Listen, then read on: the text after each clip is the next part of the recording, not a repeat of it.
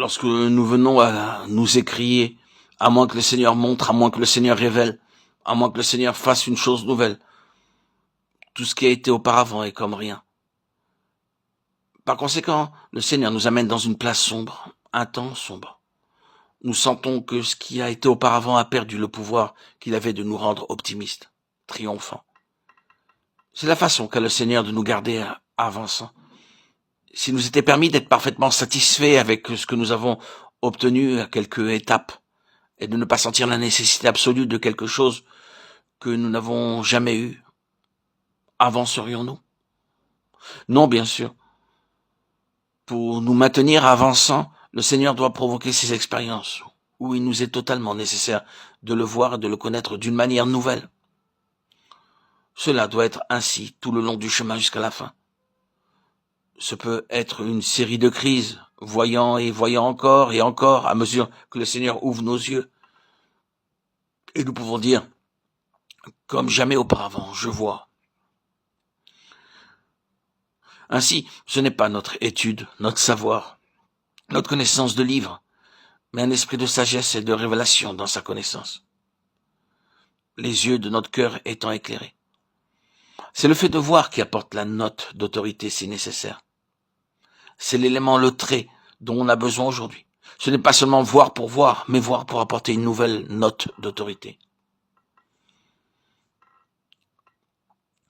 Où est la voix d'autorité aujourd'hui? Où sont ceux qui parlent vraiment avec autorité? Nous languissons terriblement dans chaque sphère de la vie, par manque de cette voix d'autorité. L'Église languit par manque d'une voix d'autorité spirituelle, par manque de cette note prophétique. Ainsi parle le Seigneur. Le monde languit par manque d'autorité. Cette autorité est avec ceux qui ont vu. Il y a beaucoup plus d'autorité dans le témoignage de l'aveugle né lorsqu'il dit « Je sais une chose, c'est que j'étais aveugle et que maintenant je vois », qu'il y en avait dans tout Israël, avec toute sa tradition, son savoir. On ne plaide pas pour changer la vérité ou avoir de nouvelles vérités, mais pour qu'il y ait une vue spirituelle dans la vérité.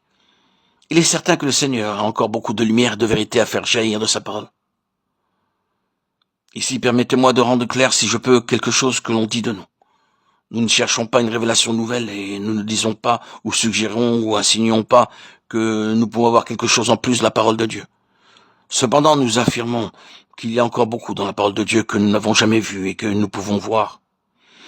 Assurément, tout le monde est d'accord avec ceci et simplement ceci, voire plus. Plus nous voyons, si vraiment nous voyons, plus nous sentons confondus sur le tout. Parce que nous nous rendons compte que nous sommes arrivés aux frontières d'un domaine, aux immenses distances, qui s'étend bien au-delà du pouvoir de l'expérience d'une courte vie humaine. Le Seigneur Jésus donnait un poids à ses paroles, car il enseignait comme ayant autorité et non pas comme leurs scribes, Matthieu 7, 29. Les scribes étaient l'autorité. Si quelqu'un voulait une interprétation de la loi, il allait aux scribes. S'il voulait savoir quelle était la position autorisée au sujet de quelque chose, il allait au scribe. Mais lui, il parlait comme celui ayant autorité, et non pas comme les scribes.